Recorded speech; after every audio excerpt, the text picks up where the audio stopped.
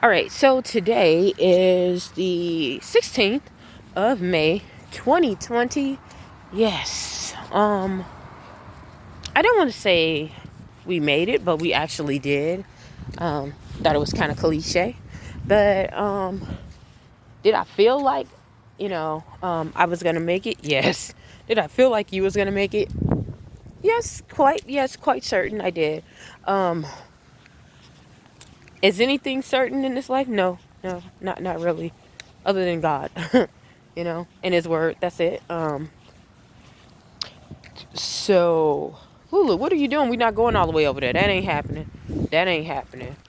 I don't know what she think this is. It's freaking early in the morning, and we're doing our morning walk as usual. And she wanna go bat a stinky lake, and their lakes are huge out here. Like, it's not just a little pond, like a little stream. St. Mary's Lake is huge. Okay, yeah, and it has a lot of swamp water. You cannot swim in this water, so gross.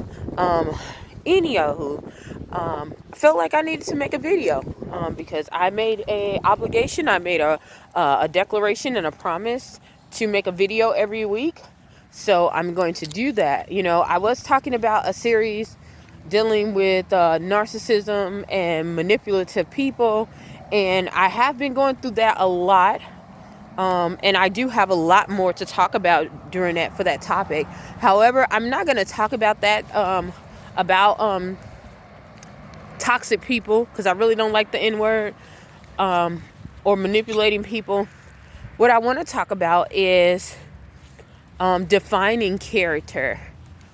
So, me going through this whole process and coming across different people, it helped to refine basically who I was and what I wanted to be. Not only what I wanted to be, what I was called to be and to do in the world. I always say that you cannot change, and I can't take the quote or anything like that. But I know that you cannot change how someone reacts to how someone is treating you or how someone reacts to you. But you can react to how do you respond to it, meaning that you don't have to be around these people. And then when you have to deal with them, you know how to respond and not just react. You can just respond and not react, because these people are looking for that. They're getting energy off of you and they're feeding off of you. So uh, you don't want to have that. But anywho, so yeah, like I said, this time it showed me about my character, about how I'm going to react, because I think the number one thing that God was trying to get my attention to was it's not about these people. You really think when things go crazy in your life or when things go good in your life, we always try to give people credit and be like, oh well, it's this person that helped shape me and push me into this direction, and it was all because of them, and had it not been for them, this wouldn't have happened. Which some of it is true, but most of it is not. It's if you're willing to let them in. You had to be a willing participant to let these people, to welcome them in and receive you, to receive them and the knowledge that they were giving. And that's the same thing when bad things happen. You think it is a bad person, but were you taking charge of your life? No one can force you to do anything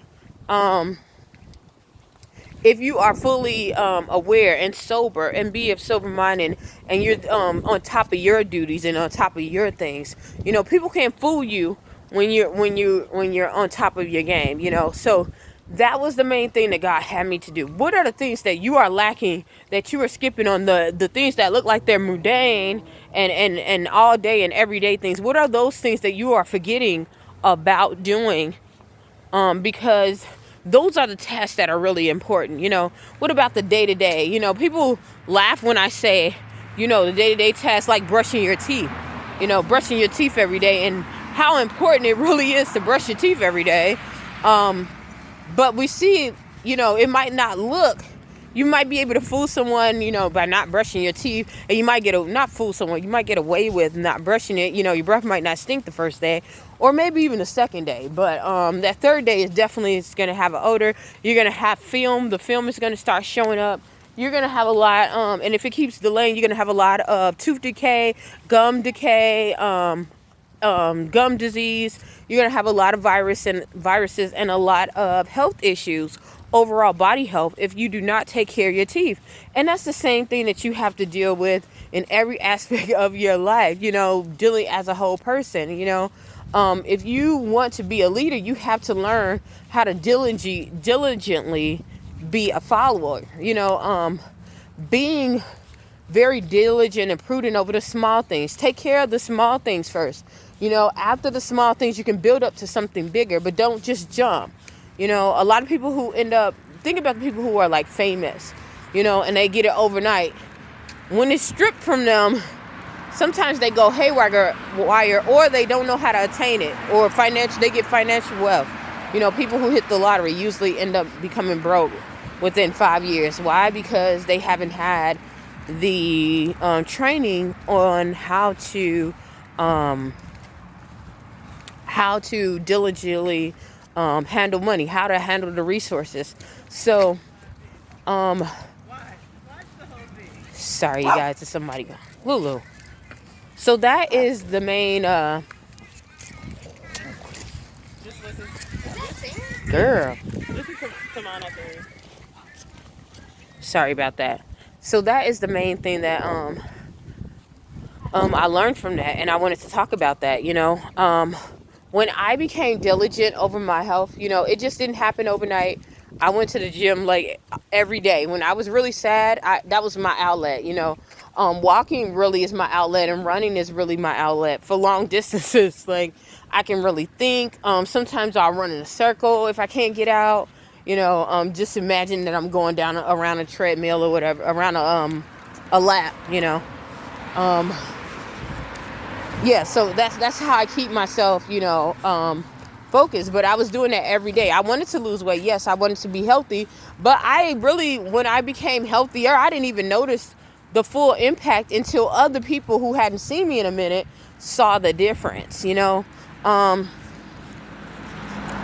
And because I was so focused on getting myself healthy, I wasn't looking at the small benefit goals as far as losing weight. I just wanted to feel good overall, inside and out. I didn't want to have a lot of joint pain. I didn't want to have, I didn't want to have the headaches, from eating a lot of sugary foods. One of my things was eating, I wouldn't eat I would have a lot of empty carbs. So I said empty carbs. I would have a lot of empty carbs and a lot of empty food, empty calories. So I would eat a lot of junk food to the point where, I would eat healthy, but I would also have enough junk food to balance me out. Just because, for one, I never really got into the whole thing of eating a lot of meat.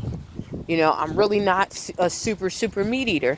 So, in order to, I end up having, because you don't eat meat, or a lot of it, you end up becoming, you don't have a lot of protein after a while. Your body makes some of it, but you still have to replenish it. So because of that, I would have to eat, I would feel hungrier. So I would eat more, when I got into doing things the right way and exercising more, I had to it opened up the door, because I could no longer eat the things that were suitable for me just to get by. I was exhausting my body. I was pushing it to the limits, to where it needed more nutrients and better. It needed nutrients, I won't say more nutrients. It needed more calories. It needed dense calories, as far as, instead of empty calories, what I was giving my body before, because it was doing something bigger and something greater. And that is the same thing that happens to us when we go through this process of life, and when you're getting refined, and when you're going for a different purpose, a greater purpose than especially if your destiny, or if your calling is greater than you, and you're supposed to help humanity, or something that's big, just bigger than you. The greater your destiny, the harder, the more refined you have to be, the more you have to dive in, because if you don't, you will get lost. And I still struggle with this today, so I'm not saying that I'm there, but I'm definitely getting better. But I understand the process, and that's the same thing what happened to me with my developmental situations. Some of the people I was dealing with and I was around were encouraging as long as it fits them, as long as it made them feel better. Some of them didn't have a lot of dense goals. As I started getting deeper, I didn't even have that many dense goals. I knew that I was supposed to do something greater and something better, but I didn't have dense goals, or I didn't know my calling. But once that ignited, and I was given the opportunity to see it, and and been instructed, then I was able to see that the direction that I was going in was not the same direction that I needed to go in order to complete the task. So I had to leave a lot of people and a lot of things behind, some bad habits, some traditional habits. Some of them, I wouldn't say bad habits, but they weren't going in the same direction as my life calling and what my calling and what my passion is. So it gave me a tug of war. Like, my spirit was at tug of war, because I didn't want to hurt anyone's feelings, or it felt different from doing something that you normally don't do, something that was different from what you're accustomed to. So I had to be stretched. I had to be molded and stretched. And that takes time, so I will say this: during this whole process, and I know you guys are going through the same thing, during this whole process, it might seem like you're feeling like you're isolated and you're alone. And that's okay, because sometimes God needs you to get closer to him so he can develop you and instruct you. So then when your season comes up, you're able to come out and you be strong and do what you need to do. You will not be in isolation that's one thing I wish someone would have told me. You will not be in isolation all your life, or most of the time, especially when you're working on yourself.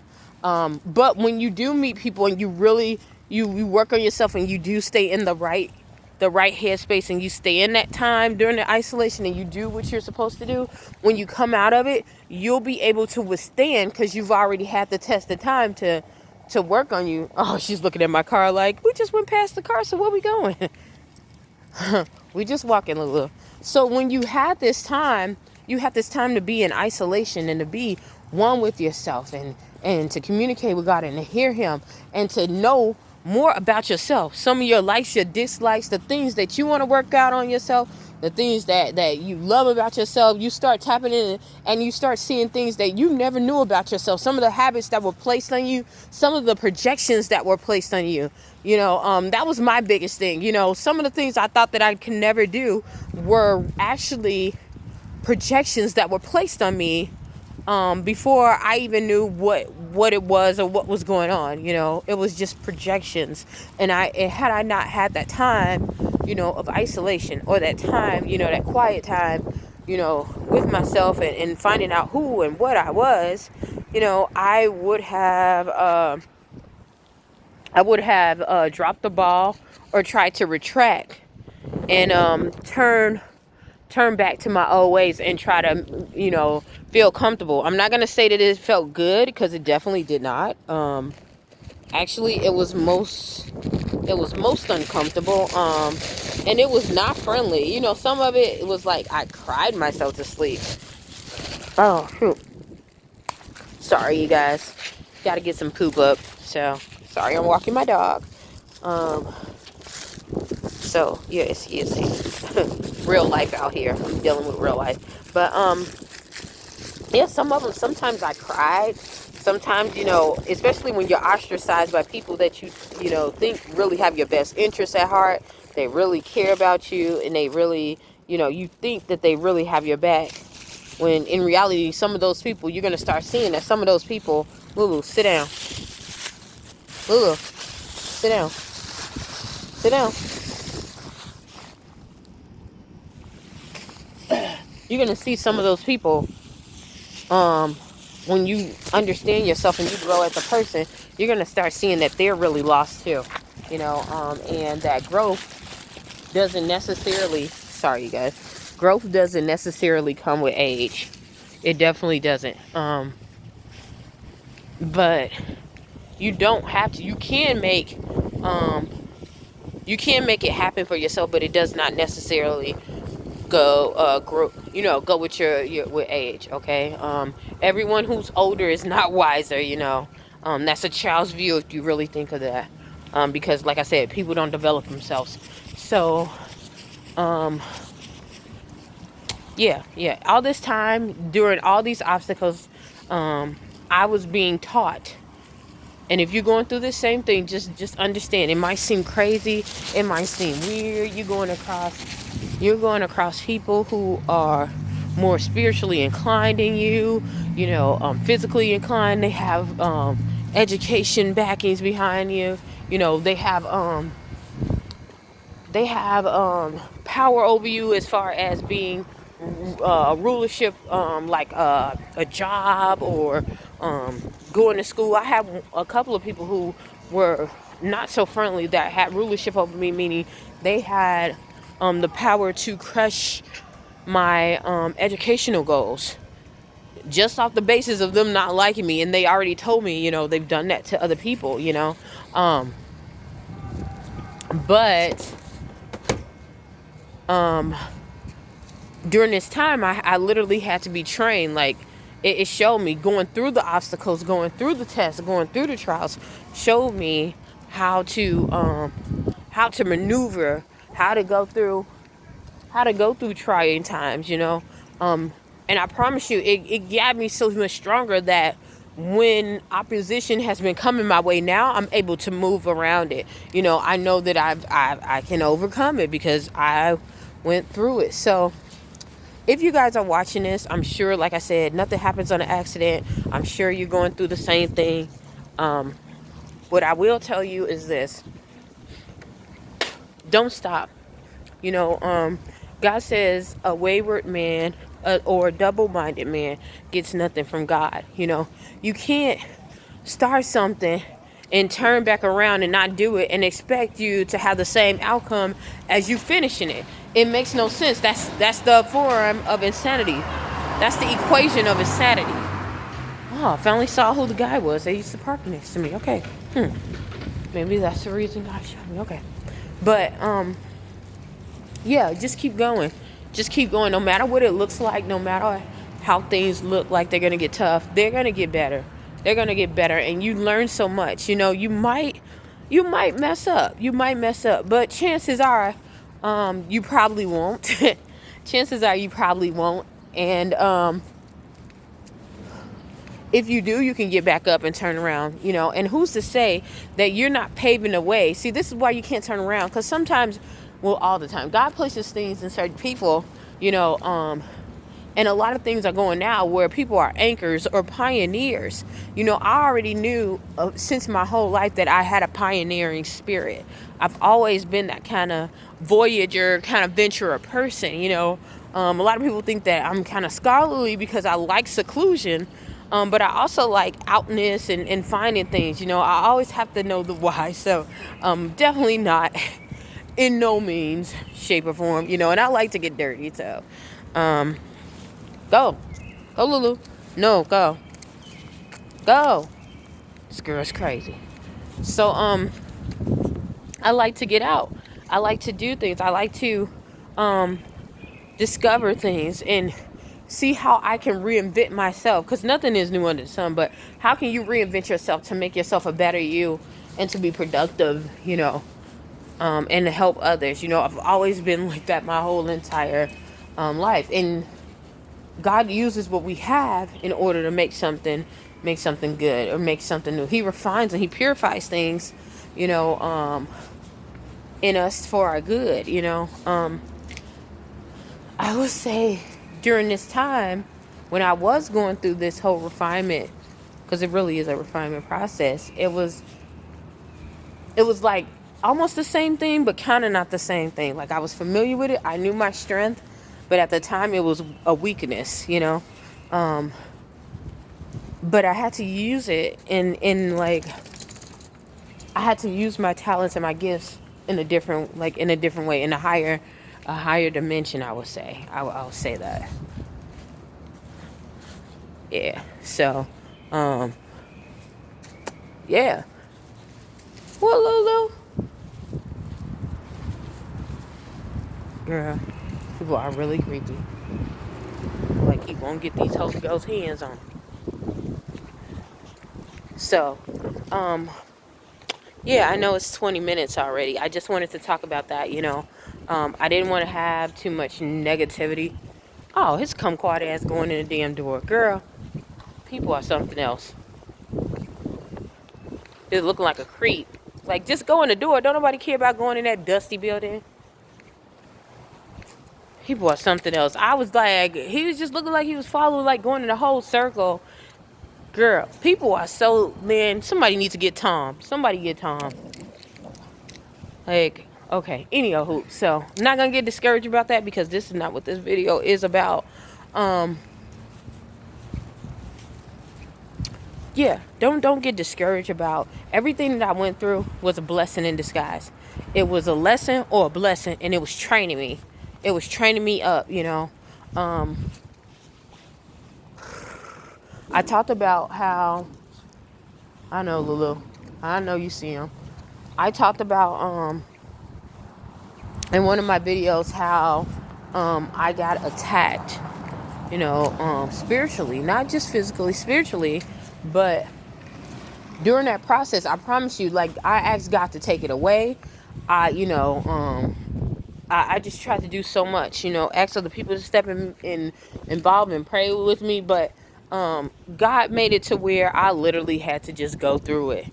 And I understand a little bit better now that the people that I'm going to be helping, they're going to go through these things. They're not going to have, you know, everyone doesn't have people, or they don't even know how to go through it. How can you help somebody and tell them that it's going to be all right if you've never been through that voyage? You know, you've never been through that heartache, you know, of losing someone, you know, losing a family member, or, you know, losing your place, or having to start over, or feeling like you're alone, or being isolated from everyone that you know. How are you going to be able to tell somebody else that they can make it? If How are you going to be able to tell somebody else that they can make it if, you know, you um, you haven't been through it, you know? It hits different. It hits different, as you know, millennials say. It hits different when you actually been through something. It hits different when you telling people that you can make it, you know, and they're struggling and they're living in a shelter when you lived in a shelter and you lived in a car, you know. It hits different from you telling somebody, oh, I'm starting my own business from, you know, you can start your own business from the ground up, and they're looking at you, and you tell them that, you know, what you started out with nothing but, you know, the clothes on your back and a couple of bucks in your pocket, you know.